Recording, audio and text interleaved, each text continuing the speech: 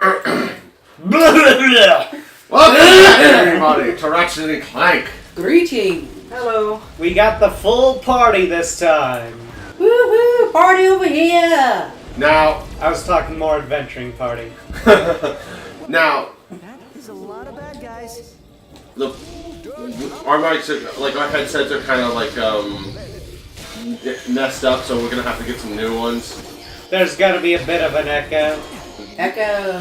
From the game audio from the TV, so we can't hear it, so we're just gonna have to deal with it. Gomenasai.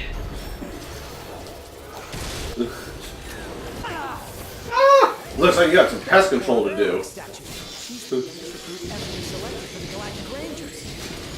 Oh, God, this is based off of the movie. No, the movie's based off the game. But this is a remake And it's from a game the within movie. Yes. It's a game within a game based Quark's on telling his story Like to another inmate.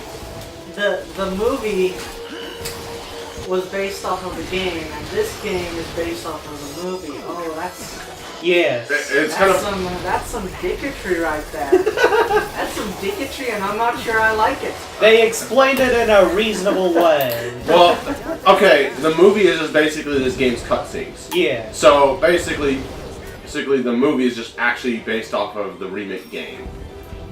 Yeah. That's fun. Now be careful. Remember, the bridge actually collapses.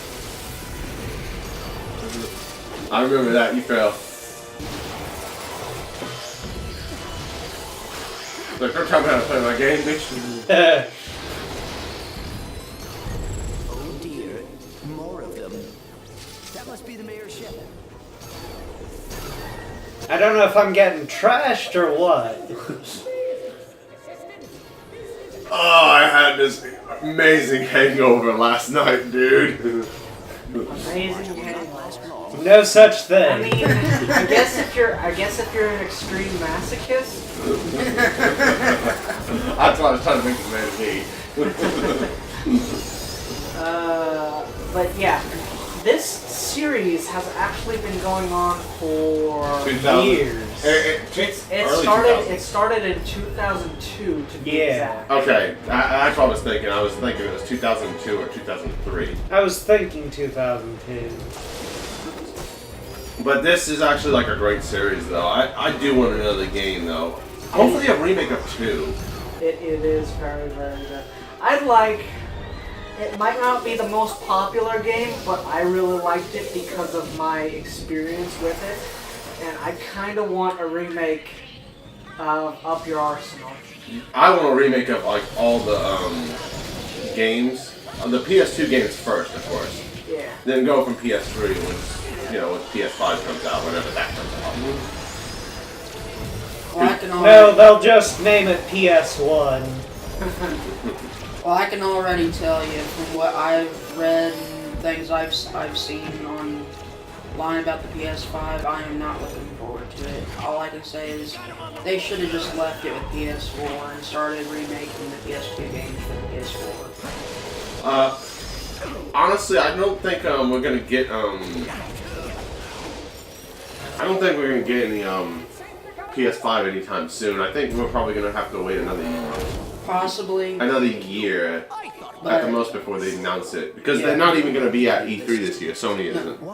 But just things I've heard, and I've been on group chats talking about the PS5, and I know this is probably gonna upset a lot of viewers, but I'm sorry, I hate Xbox One. But there's been a lot of talk of the way PS5 is looking so far. We might be getting a repeat of the Xbox One. So many issues with the PS5. I can see a lot of people can already see it. I mean, the problem with that is competitive industries. Sorry, you just signed the evil doers. Competitive industries like the gaming industry, you have to constantly be coming out with new tech, new games, new ideas. the problem with that is it in the competition, things can get rushed. Yeah. Which is where a lot of these problems come out. That's an issue that happened with We gotta get to Aridia. PS2 when it first came out. Yeah. A lot of the first day edition of PS2s were so bad that they had lines for people returning them. Like, I mean, Black Friday lines for returns. you have to remember that this is still a business, it's still an industry, and they are competing for... With another one. They're competing Sure. for our money with other companies. Mm-hmm. And then, on top of that, from what I'm to understand, eventually we're supposed to be getting, I think it's a Google console. Yes, Google is getting into the Console gaming market. industry. I'm not sure. Doubtful. I sincerely doubtful. I'm not sure how they're going to go about doing it, but the thing is, everyone's always like, "Oh, they're not a gaming industry. They're not going to make anything." Google is a huge company with A giant zombie team. I'm down with that. Google is a huge, massive company with millions and millions of dollars. They can hire people for the gaming industry. The company themselves don't need any experience. They just need to hire professionals. Like EA. There's actually, that's the thing, Microsoft, when they did that, they bought out Rare, and they thought they were getting Donkey Kong from that. No, they didn't. Fun things to do, courtesy of the Freeloaders Galactic. So, long story short is that if you don't know what you're doing, by the way, if you see like the vault right here, how it's empty and then you go up, and the ones that are filled in, that lets you know that's your missions that you can do for each world that you haven't completed or what you completed. Alright. So, going back to the Google thing, the reason I say it's doubtful is because if you have too many competitors, many people won't actually buy the system. But I think Microsoft is going to get out of the console market because there hasn't been talk of any new Xbox at all. And on top of that, there's rumors of like them putting their stuff on the Switch. So that is something I was actually going to mention. Yes, from what I have heard, Skidd McMarx up ahead. Microsoft they're basically saying that the gaming industry is not, the game console industry specifically is not worth it to them anymore. because of all the console competitors. Yeah. So what they're going to do is they're going to stop making consoles, but I believe they're still going to be making games, right, and yes. they're just going to basically sell their games to like other platforms. Nintendo, mostly Nintendo. Yes. Microsoft has a better relationship with Nintendo than That's they do where with the Sony. real money Comes in from. game production comes from. Yeah, it is. And the thing is that Consoles just give you a platform To buy to games. sell your games on. but there is a problem though that Microsoft put themselves in, was that they decided, okay, we're gonna put all of our games on PC, which means there was no reason to buy an Xbox One at all. Yeah. That is another issue. You have to have exclusives to your console in order for it to work. Yep. Without exclusives, then no one's gonna buy your system, and that's kind of the reason why most people were going Because towards. they don't need to buy a Xbox if they can get the same games on the computer that they That they literally. have. Yeah, and that's their own platform too, so Yeah. they kind of were competing against themselves, and it was like, that was just dumb. So you guys put yourselves in that whole situation to begin with. I mean, that is the whole point between exclusivity contracts. Basically, the way it works is game publishers, they compete with each other to try and get exclusive contracts with the game producers. And these exclusive games in turn draw attention to The their console. console, you know. Trying to. There should be a bombable wall around here. Yeah, just bomb that with a grenade.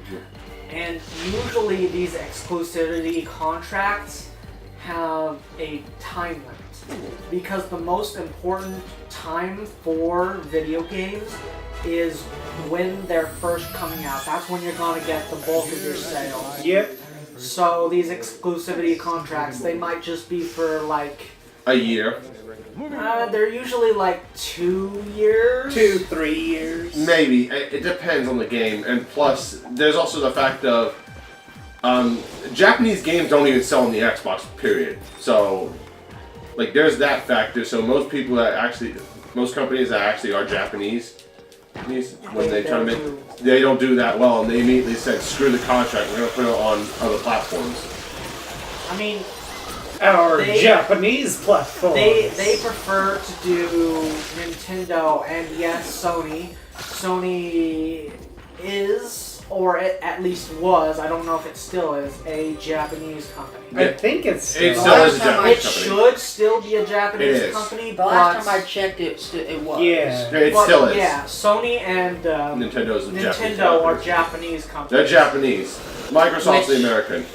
Which has it attracts the Japanese Culture. Audience. Markets. it market. attracts the Japanese producers because that's where they live. It's easier for them to get published in their area and then Branch out. branch out It's not that through Sony and through Nintendo, who already have branches in Europe and I think- America. I was just saying, that's not the way you have to go in order to kill them, There are a few sand sharks left. because they're all in the, like, that little I area. know. Okay, you're just going up there. Stuff. Yes. Oh, the stuff. Things are more important than quests. Just remember not to go in the swamp again like you did last time in the test playthrough. That was funny, by the way. I love Yes, that it video. was. It was, but we had to redo the whole mission. Anyway, yeah, for the whole, when it comes to first parties, it's like you should always have exclusive first party games, but you also need third parties too. Yep. You need a balance of them. Exactly. There is an interesting thing. As probably a lot of people know, there is this little program on the PC called Steam. And Steam has a very... It opened up and is continuing to open up other avenues Yes. for video games, specifically Epic Games. in the area Will of you be able to get home on your own? what are called indie games. Indie games, yes, I know what you're talking about. Yeah, independently developed games, Which are very good for the industry. A lot of them are very good. Yes.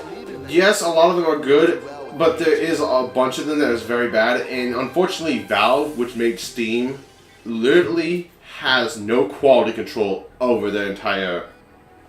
No, but they have a good return policy. Yes, they do, and that's the one thing that's keeping them afloat. If they didn't have that, they'd be out of business, and they'd be making more games.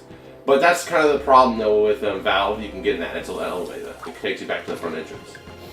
I mean, they do have rules for the games they'll accept, and here's the thing: you can't just post a game on Steam. You have to go through them. You have to say, hey, Oops. hey, I'm this developer. I'm a It's right there. You just gotta stay on the platform. It'll take you back to the ship. or I'm a representative for this group of developers who wants to put our game on your system. Here's the game in question. Maybe? And then the people at Steam will take a look at it, and as long as it doesn't violate their terms, you know, what they have set as okay, they'll usually allow it. The nav computer indicates that there is an important gadget we... So they do have policies, Yeah. and they do examine the games to make sure that they fit within those policies. It's just that they are a lot more loose with their policies than things like Nintendo or Sony. Yeah, and but you also need quality control because without it, it's kind of bad thing. But they like Crimson said though, they got a return policy, and if they didn't have that, that is the point of number one. The players are the quality control. That is the point of number one, the return policy, and number two, the very heavily, the very, I want to say, extensive review system. Yeah, that's what I was talking about. Basically, anyone who plays the games are like, this is good, this is bad, this is why this is good. Reviews in general are. This is why this is bad. That's just reviews in general, though. Yes, but they have... Number one, they have a very good system for reviews. And number two, the review scores are very obvious. And there's a lot of different... there's different categories for the reviews. Like there's of all time, this is the review. And then there's most recent review changes. So, like, if most of the reviews are negative, then people won't buy it. Yes, but let me finish explaining this for a second. If most of the reviews are negative, but then the game gets updated and people say, okay, this is better, and they start giving positive reviews, it'll still say overall negative, but it'll have underneath that, it'll say most recent reviews positive. So you can look at that and say, okay, it's not great, but it's better. It has improved. Yeah, which shows you that the developers are listening to the feedback, which is a very, very, very good game. Which is a very good game. Yes. It's not like big-time developers who can buy reviews. Yeah. Yeah, I'm not a big fan of that, but then again, I kind of expect it. It happens a lot in the industry, so... It does. A big thing that not a lot of people realize, though, is with those big companies, it's not as simple as they just don't want to listen. There are a lot of people working on a lot of different things, and maybe the faces you see for the company, they aren't necessarily into making games. They aren't necessarily the ones that are working on what you want them to work on. Because let me use an example from one of my favorite games, Warframe. Warframe is a game developed by Digital Extremes. Has anybody heard of this Digital Extremes? Vaguely. I've vaguely heard of it. Digital Extremes is a... Suck! Sorry. I mean, I guess that's your opinion.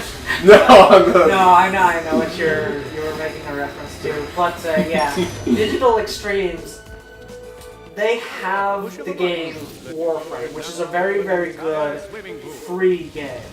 And the people who are the faces of the Warframe development team, they're very chill. They're the people who get what the players want. The problem is they are not the only ones working on the game. Digital Extremes is a massive company, and they have a very large team working on Warframe. To this day, they're still working. What were they called again? Digital Extremes. I think I've heard them. No, that's Digital Foundry. Never mind. I was gonna say they might do computer stuff too. It's like No, they don't. They're just a Yeah, developer. But yeah, so that shows just how far the disconnect can be between the people who are talking to the community and the people who are actually working on the game. Because the people who are talking to the community, they're like, yeah, we completely understand what you want, and we'll try to convey it to our development team. But in the end, the entire development team might have different ideas for what they're doing. And I really don't like talking shit about Digital Extremes because I really like them and the stuff that they do, but Talk that mad trash. fair is fair. They don't, and they completely admit this too. They don't have the best interpersonal communication within their team. They Go ahead. They still communicate with each other. Obviously, they're a company, they have to. But a lot of the time, people are just sort of left to do their work. Alright, we're going to have to pause it, and we're going to have to call it a part here. We'll be back in a little bit. So we'll see y'all next time. Elvita saying... Later.